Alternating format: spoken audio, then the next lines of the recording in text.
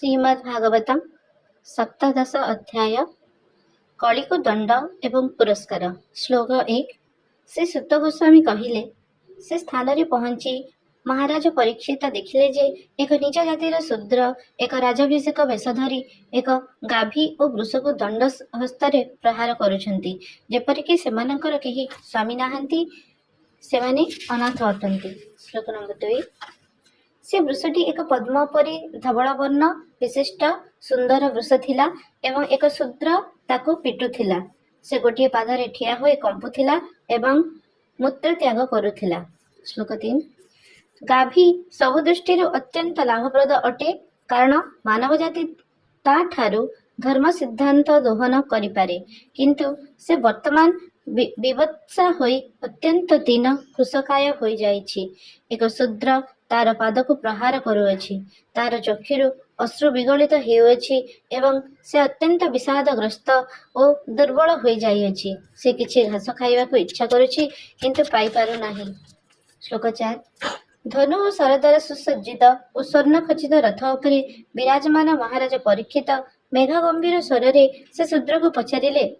श्लोक 5। तुमे किए? तुमे शक्तिशाली बोली प्रतीत हेउछ, तथापि मोर आश्रय थिबा असहायଙ୍କୁ बध करिବାକୁ साहस करुछ। तुम बेशर जना जाउछि तुमे जणे राजा नरदेव, किंतु तुम्हारे कर्म प्रकाश करुछि जे तुमे क्षत्रियर आचरित कर्म सिद्धांतर विरुद्धाचरण करुछ। श्लोक 6। किए तुमे बदमाश ए निरीह गाई को एइथिपाई पिटिବାକୁ साहस करुछ, कारण भगवान श्रीकृष्ण कांडीव धनुर्धारी अर्जुन वर्तमान दृष्टिर अतीत होई जाइछन्ति बोली। जेहेतु तुमे निरीह प्राणी मानक एकांत स्थान रे प्रहार करुछ, तेणु तुमे अपराधी अट, सेइथिपाई तुमे बधर योग्य। श्लोक 7। तत्परे महाराज परीक्षित वृष को पचारिले, आपण किए? आपण श्वेतपद्म सदृश एक धवल वृषभ अटंती ना कौनसी देवता अटंती? आपण तीनोटी पाद हराई गोटे पादरे विचरण करुछंती। आपण कौन? कौनसी देवता वृष रूप आम्भ मानक दुख देउछंती। श्लोक 8। आज सर्वप्रथमे कुरुवंशी राजांकर भुजबल सुरक्षित राज्य रे मु तुमको अश्रुभरा नयन रे शोक करुथिबार देखिली। आज सुद्धा राजकीय शासनगत अवहेला जोगु ए पृथ्वी पृष्ठ रे कि अश्रुवर्षण करी संतप्त होई नाहंती। श्लोक 9। हे सुरभिपुत्र, तुमे आ अधिक शोक करिबार दरकार नहीं। ए शूद्र को आ भय करिबार किछि नहीं। हे गोमाता, जे पर्यंत मु शासन करुछि से पर्यंत तुमर विलाप करिबार कौनसी कारण नहीं। वर्तमान तुम्भमानक पई सब शुभ हब। श्लोक 10-11। हे सती, राजांकर जश कीर्ति आयु एवं उच्च जन्मर संभावना सब नष्ट हो जाए यदि से राजांक राज्य रे निरीह प्राणी माने अत्याचारी मानक द्वारा संत्रस्त हुअन्ति। निश्चित भावे यह ही राजांकर सर्वप्रथम कर्तव्य जे से दुखी मानकर दुख निवारण करिवे। तेणु मु ए दुष्ट व्यक्ति को निश्चय वध करिवे, कारण से अन्य प्राणी मानक हिंसाचरण करुअछि। श्लोक 12। महाराज परीक्षित बारंबार से वृषभ को संबोधन करी निम्नोक्त मते पचारिले, हे सुरभिपुत्र, किए तुमर तीन पाद काटी पकाइछन्ति? जो राजा माने भगवान श्रीकृष्णकर विधान मानुछन्ति से राजा माने राज्य रे तुम भली दुखी कौनसी प्राणी थिबार दृष्टिगोचर हेउ नाही। श्लोक 13। हे वृषभ देव, आपण निरपराध और विशुद्ध हृदय साधु अटंती, तेणु मु आपणक समस्त कल्याण कामना करुअछि। कृपा करी मते कहंतु, आपणकर पवित्र रूप को विकृत करिथिबा से पापात्मा किए, जे दुष्कर्म द्वारा महाप्रतापी पृथापुत्रଙ୍କ वंश पावन कीर्ति रे कलंक लगाइछि। श्लोक 14। जो व्यक्ति ए पृथ्वी रे जे कौनसी स्थान रे निरपराध सरल निरीह प्राणी मानक कष्ट देव, से निश्चित भावे मते भय करिव, कारण ए प्रकार दुर्जन मानक दमन कले स्वाभिमान भाव रे सदाचारी निरपराध जीव मानकर उपकार करा जाए। श्लोक 15। यदि कौनसी दुराचारी दुर्जन कौनसी निरपराध सरल निरीह व्यक्ति को बा प्राणी को पीड़ा देउथाए, ताहले मु तार से बाहु को तत्क्षणात उपाड़ी देवी। से स्वर्गलोकर देवता होइथिले सुद्धा और तार बाहु कवच अंगद द्वारा भूषित होइथिले सुद्धा मोर दंडरू मुक्ति पाई परिबो नाही। श्लोक 16। यह होछि राजा बा शासकंकर कर्तव्य। जो व्यक्ति शास्त्र निर्देश पालन करछन्ति तांको उपयुक्त सुरक्षा प्रदान करिबा एवं जे शास्त्र निर्देश उल्लंघन करुछन्ति तांको जरूरीकालीन परिस्थिति व्यतीत अन्य समय कठोर दंड विधान करिबा। श्लोक 17। ମୂର୍ତ୍ତିମାନ ଧର୍ମ କହିଲେ ଆପଣ ଯାହା ସବୁ କହିଗଲେ ତାହା ବାସ୍ତବିକ ପାଣ୍ଡବ ବଂଶର ଉଚ୍ଚ ବ୍ୟକ୍ତିମାନଙ୍କ ପ୍ରତି ପ୍ରଯୁଜ୍ୟ ଅଟେ।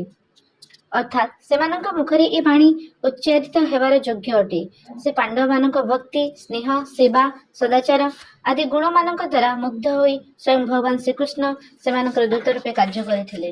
ଶ୍ଲୋକ 18 ହେ ପୁରୁଷ ଶ୍ରେଷ୍ଠ, ସେ ନିର୍ଦ୍ଦିଷ୍ଟ କ୍ଲେଶ ପ୍ରଦାନକାରୀ କିଏ ତାହା ନିର୍ଣ୍ଣୟ କରିବା ବଡ଼ କଠିନ, କାରଣ ଆମ୍ଭେମାନେ ତାତ୍ତ୍ୱିକ ଦାର୍ଶନିକ ମାନଙ୍କର ଭିନ୍ନ ଭିନ୍ନ ମତ ଦ୍ୱାରା ବିଭ୍ରାନ୍ତ ହୋଇଯାଇଛୁ।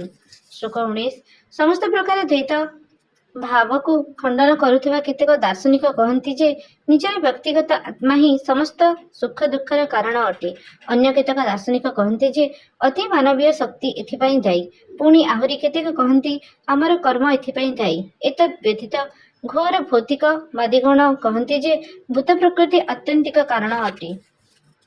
ଶ୍ଲୋକ 20 ଏପରି କେତେକ ମନୀଷୀ ଅଛନ୍ତି ଯେଉଁମାନେ ବିଶ୍ୱାସ କରନ୍ତି ଯେ କେହି ତର୍କ ଦ୍ୱାରା ଦୁଃଖର କାରଣ ନିର୍ଣ୍ଣୟ କରିପାରିବେ ନାହିଁ, କଳ୍ପନା ଶକ୍ତିର ଅନୁମାନ କରାଯାଇ ପାରିବ ନାହିଁ କିମ୍ବା ଏହା ଶବ୍ଦ ଦ୍ୱାରା ପ୍ରକାଶ କରାଯାଇ ପାରିବ ନାହିଁ। ହେ ରାଜର୍ଷି, ତୁମେ ନିଜେ ନିଜର ବୁଦ୍ଧି ପ୍ରୟୋଗ କରି ବିଚାର କର। ଶ୍ଲୋକ 21 ଶ୍ରୀ ସୁତ ଗୋସ୍ୱାମୀ କହିଲେ, ହେ ଦ୍ୱିଜଶ୍ରେଷ୍ଠ, ମହାରାଜ ପରୀକ୍ଷିତ ବୃଷରୂପୀ ଧର୍ମଙ୍କର ବାଣୀ ଶ୍ରବଣ କଲା ପରେ ସମ୍ପୂର୍ଣ୍ଣ ଭାବେ ସନ୍ତୁଷ୍ଟ ହୋଇଗଲେ ଏବଂ କୌଣସି ପ୍ରକାର ଖେଦ ନ କରି ତ୍ରୁଟିଶୂନ୍ୟ ଭାବରେ ସମାହିତ ଚିତ୍ତରେ ନିମ୍ନ ପ୍ରକାଶରେ ଉତ୍ତର ଦେଲେ। ଶ୍ଲୋକ 22 ରାଜା କହିଲେ, ହେ ମହାଶୟ, ଆପଣ ବୃଷଭ ରୂପଧାରୀ ମହାନୁଭବ ବ୍ୟକ୍ତି କିଏ ଅଟନ୍ତି? ଆପଣ ଧର୍ମର ରହସ୍ୟ ଭଲ ଭାବରେ ଜାଣନ୍ତି ଏବଂ ଆପଣ ନୀତି ଉପରେ ହିଁ କହୁଛନ୍ତି। ଆପଣ କହୁଛନ୍ତି ଯେ ଯଦି କୌଣସି ବ୍ୟକ୍ତି ଅଧର୍ମ କଥା ଜାଣେ ଏବଂ ଅଧର୍ମ କରୁଥିବା ବ୍ୟକ୍ତି କେଉଁ ସ୍ଥାନ ପାଏ ଜାଣେ, ତାହେଲେ ସେ ଅଧର୍ମାଚରଣ କରୁଥିବା ଅପରାଧୀକୁ ମଧ୍ୟ ସେ ଜାଣିପାରିବ। ଅତଏବ ଆପଣ ନିଶ୍ଚିତ ଭାବେ ଅନ୍ୟ କେହି ନୁହନ୍ତି, ଆପଣ ସାକ୍ଷାତ ଧର୍ମର ମୂର୍ତ୍ତିମନ୍ତ ରୂପ ଅଟନ୍ତି। ଶ୍ଲୋକ 23 ଏହିପରି ଭାବରେ ନିର୍ଣ୍ଣୟ ହୋଇଅଛି ଯେ ଭଗବାନଙ୍କର ଶକ୍ତି ଅଚିନ୍ତ୍ୟ ଅଟେ। ମାନସିକ କଳ୍ପନା କିମ୍ବା ଶବ୍ଦ କୁହୁକ ଦ୍ୱାରା କେହି ଏହା କଳନା କରିପାରିବେ ନାହିଁ। ଶ୍ଲୋକ 24 ସତ୍ୟ ଯୁଗରେ ତପଶ୍ଚର୍ୟା, ପବିତ୍ରତା, ଦୟା ଏବଂ ସତ୍ୟ ଦ୍ୱାରା ଆପଣଙ୍କର ଚାରିପାଦ ଭଲ ଭାବରେ ପ୍ରତିଷ୍ଠିତ ହୋଇଥିଲା, କିନ୍ତୁ ବର୍ତ୍ତମାନ ଏପରି ଦେଖାଯାଉଛି ଯେ ଗର୍ବ, ଅତ୍ୟଧିକ ସ୍ତ୍ରୀ ସଙ୍ଗ ଏବଂ ମାଦକ ଦ୍ରବ୍ୟ ସେବନ ରୂପକ ଅଧର୍ମ ବୁଦ୍ଧି ଦ୍ୱାରା ଆପଣଙ୍କ ତିନି ପାଦ ଭାଙ୍ଗି ଯାଇଅଛି। ଶ୍ଲୋକ 25 ବର୍ତ୍ତମାନ ଆପଣ ସତ୍ୟନିଷ୍ଠା ନାମକ ଏକ ପାଦରେ ଠିଆ ହୋଇଛନ୍ତି ଏବଂ କୌଣସି ପ୍ରକାରେ ଆପଣ ଛୋଟେଇ ଛୋଟେଇ ଚାଲୁଛନ୍ତି, କିନ୍ତୁ ମୂର୍ତ୍ତିମନ୍ତ କଳି ଅସତ୍ୟ ଦ୍ୱାରା ଉନ୍ନତି କରି ଚାଲିଛି ଏବଂ ସେ ଆପଣଙ୍କର ସେ ପାଦଟିକୁ ନଷ୍ଟ କରି ଦେବାକୁ ଚେଷ୍ଟା କରୁଛି। ଶ୍ଲୋକ 26 ନିଶ୍ଚିତ ଭାବେ ପୃଥିବୀର ଭାର ଭଗବାନଙ୍କର ଉପସ୍ଥିତ କାଳରେ ତାଙ୍କ ଦ୍ୱାରା ତଥା ତାଙ୍କର ପାର୍ଷଦମାନଙ୍କ ଦ୍ୱାରା ହରଣ କରାଯାଇଅଛି। ସେ ଯେତେବେଳେ ଏ ଧରାଧାମରେ ବିରାଜମାନ ଥିଲେ, ସେତେବେଳେ ତାଙ୍କର ମଙ୍ଗଳମୟ ପଦଚିହ୍ନ ଦ୍ୱାରା ପୃଥିବୀର ସର୍ବଦା ମଙ୍ଗଳମୟ ପରମ ଶୁଭ ଘଟଣା ସର୍ବତ୍ର ଘଟୁଥିଲା। ଶ୍ଲୋକ 27 ବର୍ତ୍ତମାନ ଏ ସାଧ୍ୱୀ ଦୁର୍ଭାଗ୍ୟବଶତଃ ଭଗବାନଙ୍କ ଦ୍ୱାରା ପରିତ୍ୟକ୍ତ ହୋଇ ଚକ୍ଷୁଲୋତକ ପୂର୍ଣ୍ଣ କରି ନିଜର ଭବିଷ୍ୟତ ସମ୍ବନ୍ଧରେ ଶୋକ କରୁଅଛି ଯେ ଭବିଷ୍ୟତରେ ସେ ଶୂଦ୍ରମାନଙ୍କ ଦ୍ୱାରା ଶାସିତ ହେବ, ଯେଉଁମାନେ କି କେବଳ ରାଜାଙ୍କ ଭଳି ଅଭିନୟ କରିବେ। ସେମାନଙ୍କଠାରେ ରାଜାଙ୍କର କୌଣସି ଗୁଣ ରହିବ ନାହିଁ।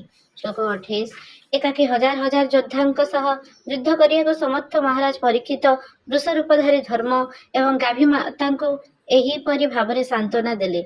ତତ୍ପରେ ସେ ସମସ୍ତ ଅଧର୍ମ ବା ପାପର କାରଣ ସ୍ୱରୂପ ମୂର୍ତ୍ତିମାନ କଳିଯୁଗକୁ ବଧ କରିବା ନିମିତ୍ତ ହସ୍ତରେ ସୁତୀକ୍ଷ୍ଣ ଖଡ୍ଗ ଧାରଣ କଲେ।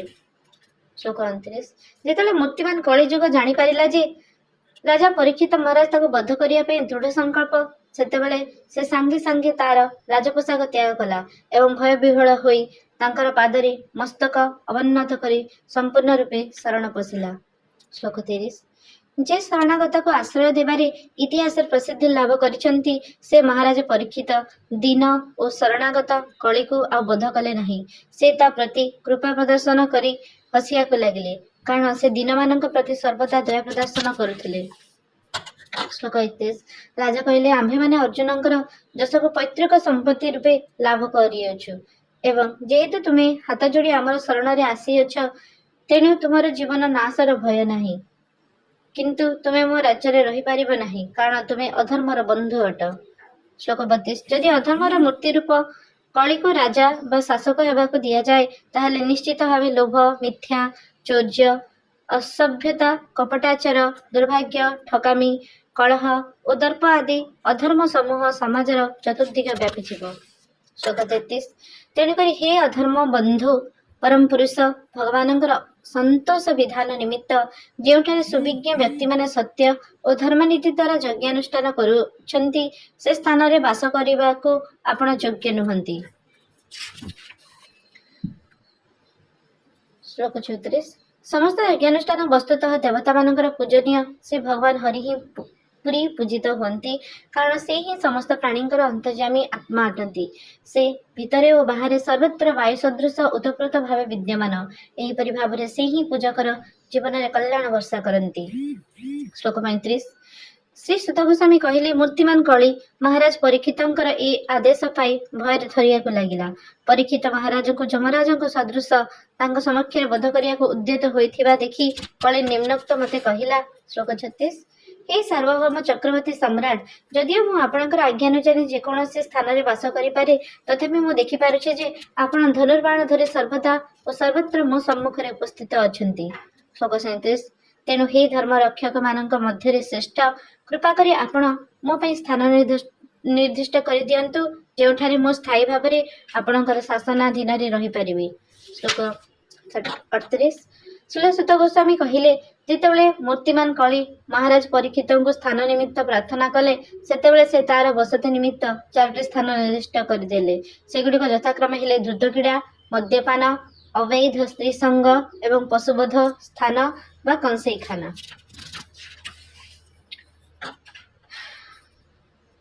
ଶ୍ଲୋକ 39। ତତ୍ପରେ କଳି ଆହୁରି ସ୍ଥାନ ମାଗିଲା। ଯେହେତୁ ସେ ମାଗୁଥିଲା, ତେଣୁ ରାଜା ତାଙ୍କୁ 5ମ ସ୍ଥାନ ପ୍ରଦାନ କଲେ।